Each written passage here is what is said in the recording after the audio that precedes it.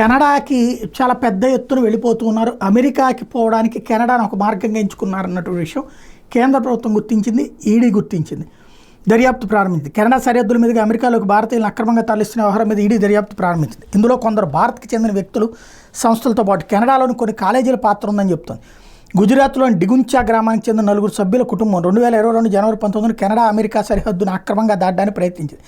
అక్కడ చలి చివర తట్టుకోలేక వాళ్ళంతా మృత్యువాత పడ్డారు. ఈ కేసులో భవేష్, అశోక్ భాయ్ పటేల్తో పాటు మరికొందరి మీద మనీ లాండరింగ్ చట్టం కింద ఈడీ కేసు నమోదు చేసింది. ఈ కేసు దర్యాప్తులో భాగంగా ముంబై, నాగ్పూర్, గాంధీనగర్, వడోదరాలోని 8 ప్రాంతాలు నెల 10, 19 తేదీలు అధికారులు సోదాలు నిర్వహించారు. కెనడియన్ కాలేజీలో అడ్మిషన్ల నేపథ్యంతో నిందితులు మానవ అక్రమ రవాణాకు పాల్పడే సంస్థలతో చేతులు కలిపి భారతీయులు కుట్రపూరితంగా దేశ సరిహద్దులు దాటిస్తున్నారని, ఆ తర్వాత కెనడా మీదుగా అక్రమంగా అమెరికాకి తరలిస్తున్నారని వెల్లడించారు. వీళ్ళలో ఒక్కొక్కరి నుంచి 55 లక్షల నుంచి 65 లక్షల వరకు వసూలు చేస్తున్నారని ఈడీ పేర్కొంది. ముందుగా వీళ్ళ కెనడియన్ స్టూడెంట్ వీసా మంజూరు చేస్తారని, వాళ్ళు ఆ దేశానికి వెళ్ళిన తర్వాత అక్కడ కాలేజీలో చేరకుండా సరిహద్దులు దాటి చట్టవిరుద్ధంగా అమెరికాలోకి పోతున్నారని తెలిపింది.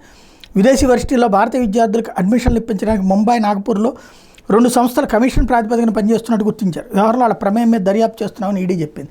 50-65 లక్షలు ఉన్నటువంటి వాడు వెళ్ళి అమెరికాలో ఈ అడుక్కు తినే ఉద్యోగాలు ఏందో నాకు అర్థం కాల.